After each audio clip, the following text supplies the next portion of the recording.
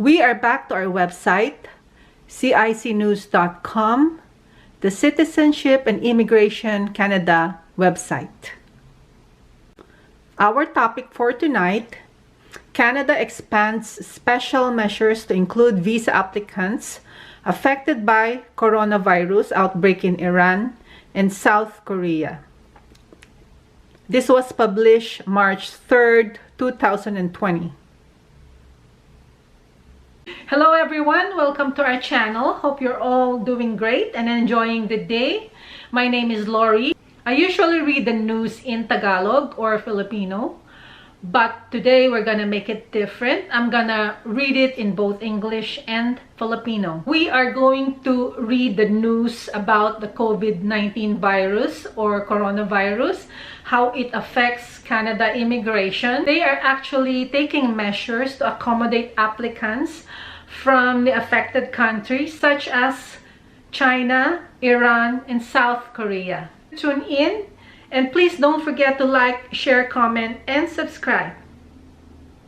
First, I'm gonna read the news in English and then Tagalog.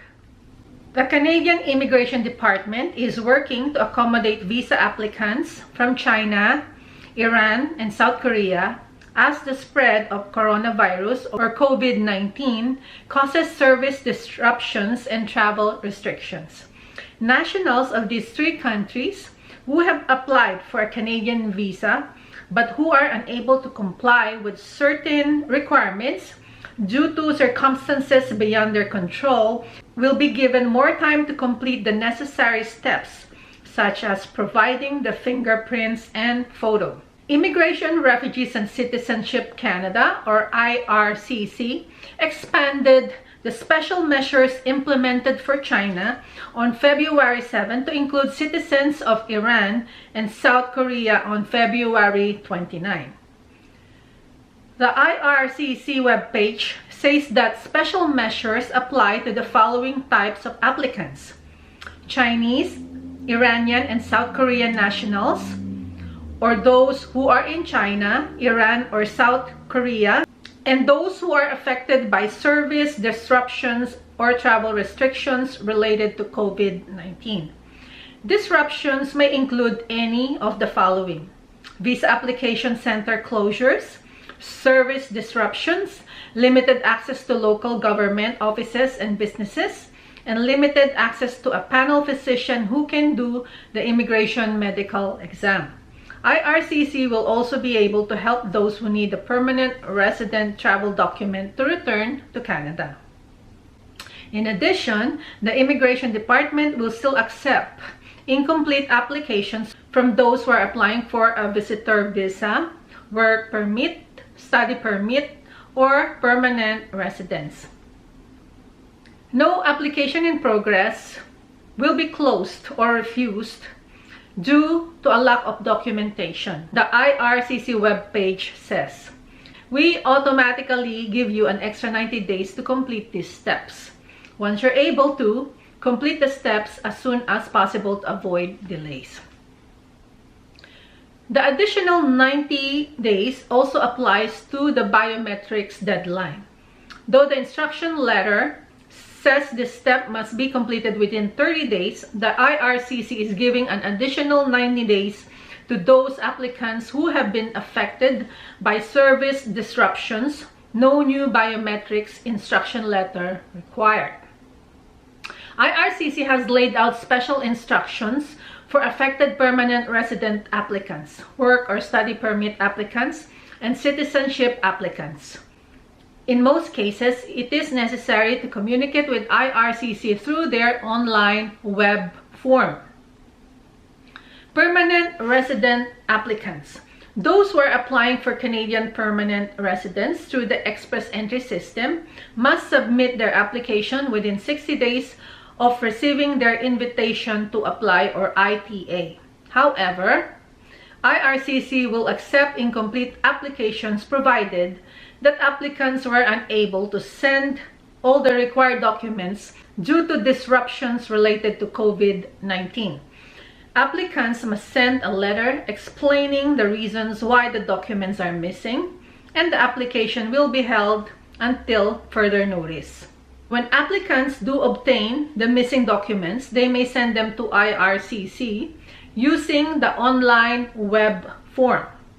This same form can also be used for those who wish to withdraw their application. Refunds may be available to those who withdraw within 24 hours of submitting, as long as processing has not yet started. Canadian citizenship applicants. Those who anticipate that they will miss an important date in their citizenship application process must contact IRCC via their online form and explain why. Citizenship events or appointments may include one of the following: the knowledge test, a retest, the interview, a hearing, or taking the oath of citizenship. You must contact IRCC within 30 days of missing the appointment. If you need to submit documents, use the online form to tell IRCC when you have returned from an affected country. You will be given an additional 30 days for most required documents and an additional 45 days for medical opinion forms. Citizenship applicants will still need to meet the physical presence requirement.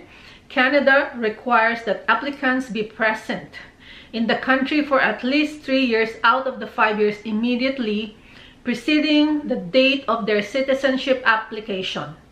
Extra days spent in affected countries due to the virus will not count as days in Canada.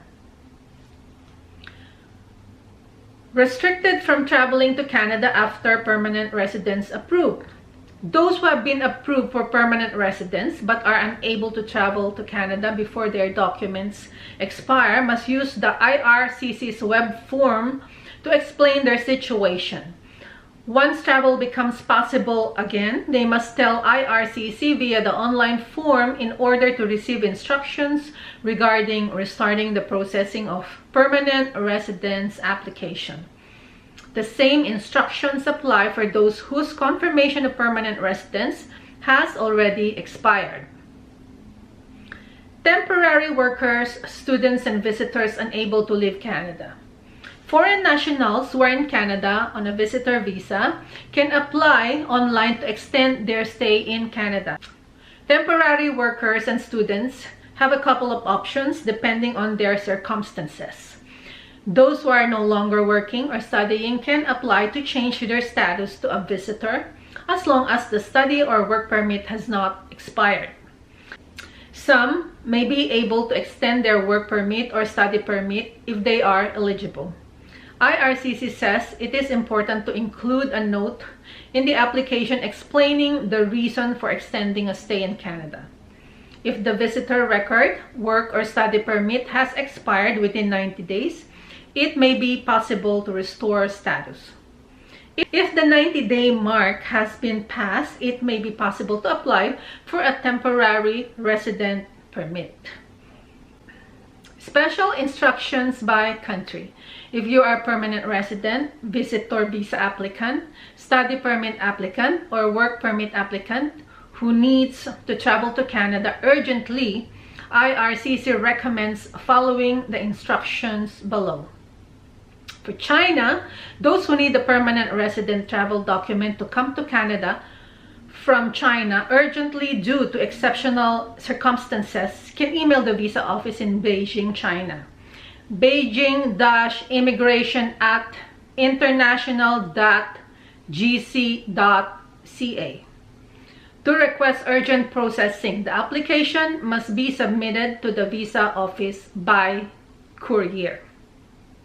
Email address I'm gonna put in the description box below. If you need a visitor visa, study permit, or work permit to travel to Canada urgently, apply online at the government's webpage. After applying, or if you have already applied, request the urgent processing of your application to the visa office in Beijing, China via email. Beijing immigration@international.gc.ca. Applications will be processed on a case-by-case basis. For Iran, permanent residents coming from Iran who need their permanent resident travel document can submit a web form to IRCC. The form will ask, is your application being processed by an office outside Canada? You must answer yes. It will then prompt you to choose the visa office processing your application, where you need to select Turkey-Ankara, A-N-K-A-R-A. In exceptional circumstances where you need to travel to Canada urgently, email the Ankara, Turkey visa office at Ankara, A-N-K-R-A, at international.gc.ca. The application will need to be submitted to the visa office by courier. Again, I'm gonna put the link on the description box below. If you need a visitor visa, study permit, or work permit to travel to Canada urgently, you need to apply online at the government's webpage. After you apply, fill out a web form and explain your situation and request urgent processing of your visa or permit application in order to make sure it goes to the right office. IRCC recommends the following. When asked, is your application being processed by an office outside Canada? Answer no. And then complete the rest of the form. For South Korea, Canadian permanent residents in South Korea who need a permanent resident document to travel to Canada must submit a web form. The form will ask, is your application being processed by an office outside Canada? You must answer yes. It will then prompt you to choose the visa office processing your application, where you need to select Philippines-Manila. In cases where you need to travel to Canada urgently due to exceptional circumstances, email the visa office in Manila, Philippines at manilimmigration@international.gc.ca. MANILIMMIGRATION at international.gc.ca. The application will need to be submitted to the visa office by courier. Again, email address in the description box below. If you need a visitor visa, study permit, or work permit to travel to Canada urgently, you need to apply online at the government's webpage. After you apply, fill out a web form and explain your situation and request urgent processing of your visa or permit application. In order to make sure it goes to the right office, IRCC recommends the following. When asked, is your application being processed by an office outside Canada? Answer no. And then complete the rest of the form. So that's the article or news in English. Now I'm gonna read it in Tagalog. Ang Departamento ng Imigrasyon ng Canada ay nagtatrabaho upang mapaunlakan ang mga aplikante ng visa mula sa China, Iran at South Korea dahil sa pagkalat ng coronavirus or COVID-19 ay nagdudulot ng mga pagkagambala sa serbisyo at mga paghihigpit sa paglalakbay. Ang mga nasyonalidad ng tatlong bansang ito ay nag-apply para sa isang visa ng Canada. Ngunit, hindi nakasunod sa ilang mga requirements dahil sa mga pangyayaring wala sa kanilang kontrol. Ay bibigyan ng mas maraming panahon upang makumpleto ang mga kinakailangang hakbang tulad ng pagbibigay ng kanilang mga fingerprint at larawan. Ang Immigration, Refugee at Citizenship Canada or IRCC ay nagpalawak ng mga espesyal na hakbangin na pinatupad para sa China noong February 7 upang isama ang mga mamamayan ng Iran at South Korea noong February 29. Sinabi ng webpage ng IRCC na ang mga espesyal na hakbangin ay mag-a-apply sa mga sumusunod na uri ng mga aplikante: Chinese, Iranian or South Korean nationals, o yung mga naroroon sa China, Iran o South Korea, at yung mga naapektuhan ng mga pagkagambala sa serbisyo o mga paghihigpit sa paglalakbay na may kaugnayan sa COVID-19.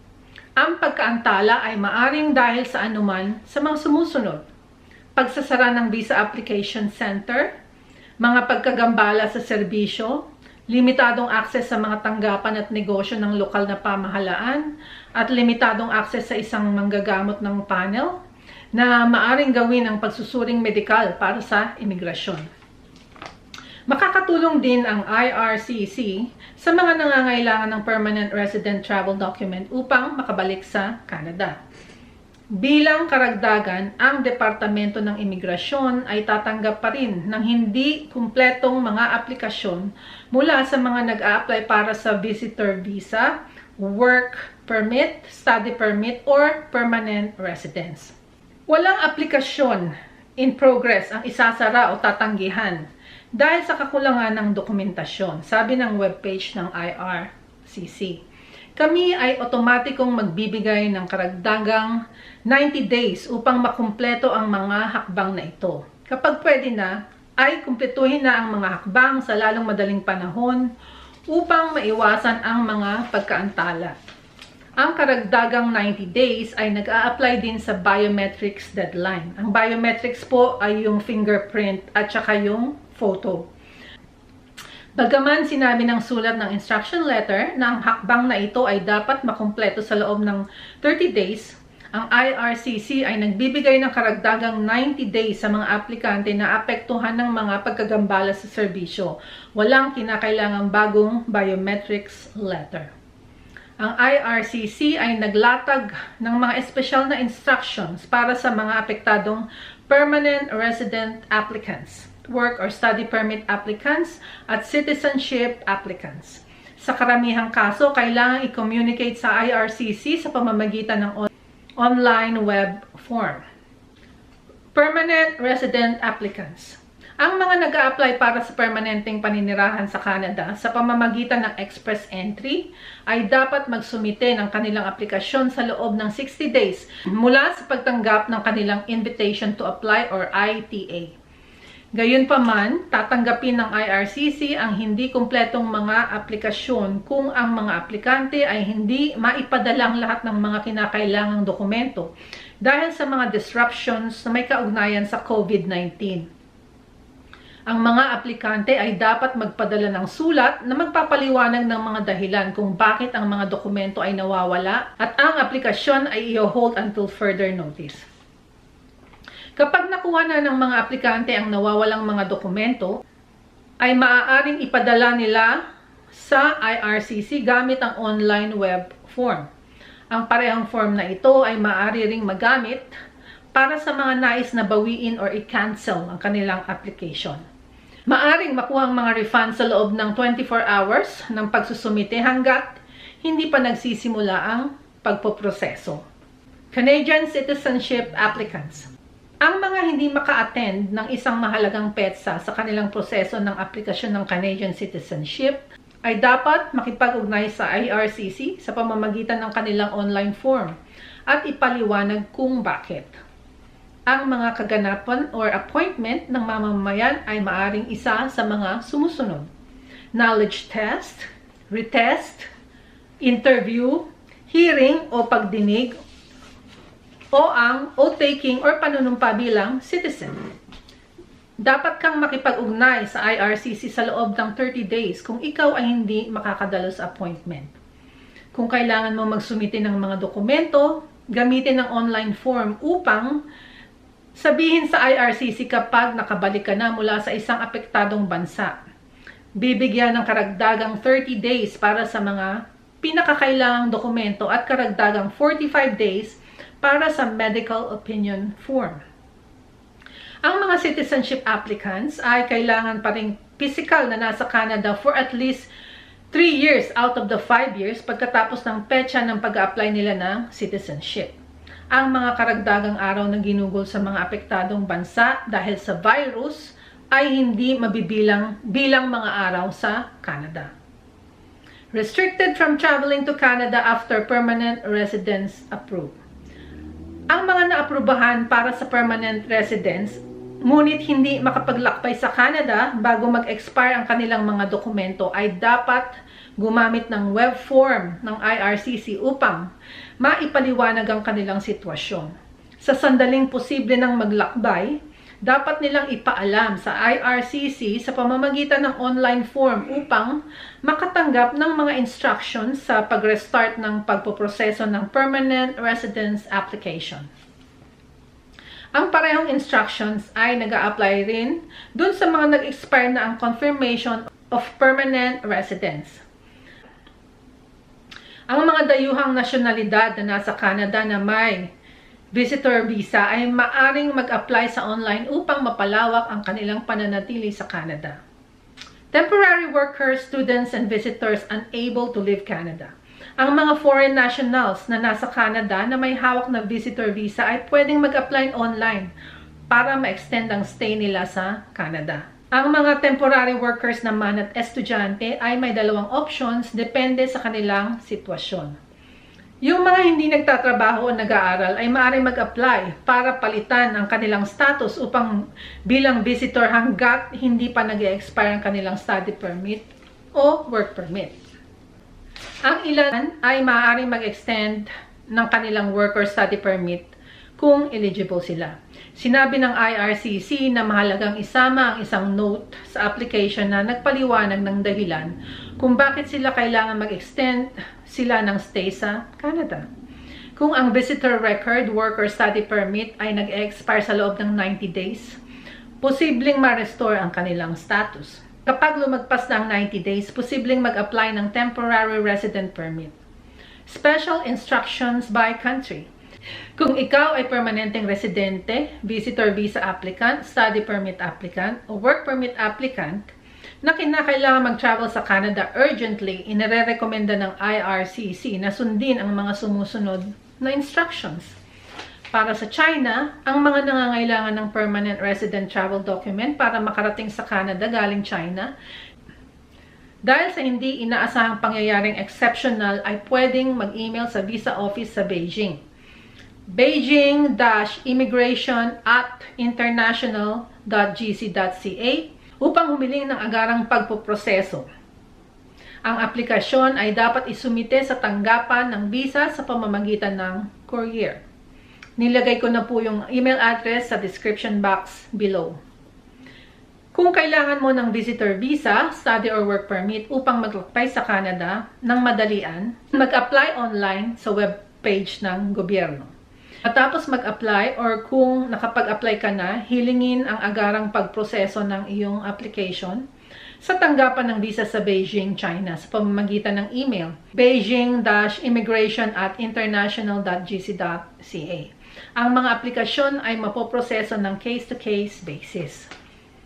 Iran. Ang mga permanenteng residente na nagmula sa Iran ay nangangailangan ng kanilang permanent resident travel document ay maaring magsumite ng web form sa IRCC.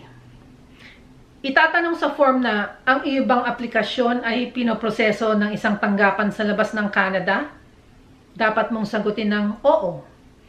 Pagkatapos ay ipaprompt ka nito na piliin ang visa office na nagpoproseso ng iyong aplikasyon kung saan kailangan mong piliin ang Turkey-Ankara. Sa mga pambihirang kalagayan kung saan kailangan mong maglakbay sa Canada, ng madalian, mag-email sa visa office sa Ankara, Turkey. Ankara, @international.gc.ca. Ang aplikasyon ay kailangang isumite sa tanggapan ng visa sa pamamagitan ng courier. Kung kailangan mo ng visitor, study, or work permit, upang maglakbay sa Canada ng madalian, kailangan mong mag-apply online sa webpage ng gobyerno. Matapos mong mag-apply, i-fill out ang web form at ipaliwanag ang iyong sitwasyon at humiling ng agarang pagproproseso ng iyong visa o permit application upang matiyak na makarating ito sa tamang opisina. Inirerekomenda ng IRCC ang mga sumusunod. Kapag tinanong ang ibang aplikasyon ay pinoproseso ng isang tanggapan sa labas ng Canada, sagot ay hindi at kumpletuhin ang natitirang bahagi ng form. South Korea, ang mga permanenteng residente ng Canada sa Timog Korea na nangangailangan ng permanent resident document upang maglakbay sa Canada ay dapat magsumite ng web form.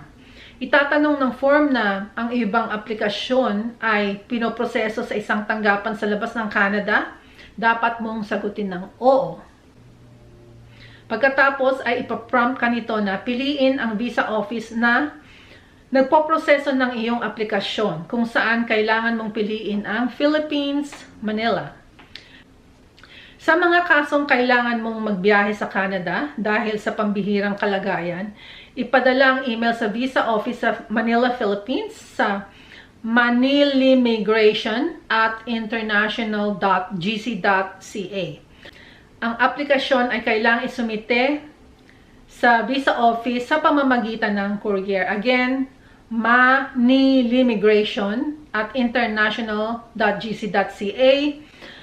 Ang email address po ay ililink ko sa description box below. Kung kailangan mo ng visitor visa, study or work permit upang maglakbay sa Canada ng madalian, kailangan mong mag-apply online sa webpage ng gobyerno. Matapos mong mag-apply, i-fill out ang web form at ipaliwanag ang iyong sitwasyon at humiling ng agarang pagproproseso ng iyong visa or permit application. Upang matiyak na makarating ito sa tamang opisina, inirekomenda ng IRCC ang mga sumusunod. Kapag tinanong, ang iyong application ba ay pinoproseso ng isang tanggapan sa labas ng Canada? Ang sagot ay hindi. At kumpletuhin ang natitirang bahagi ng form. So that's our video for tonight.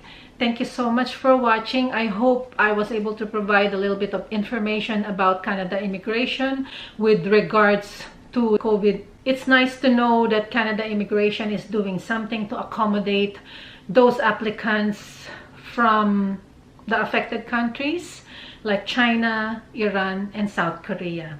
I hope to see you next time. I hope we find a cure soon. And stay safe, everyone. Good night. Bye! Magkita-kita po tayo next week dahil magbabasa na naman tayo ng mga balita na pwedeng makatulong po sa inyo sa inyong pag-a-apply dito sa Canada. Take care, God bless. Hanggang sa susunod po. Ingat po kayong lahat. Good night. Bye!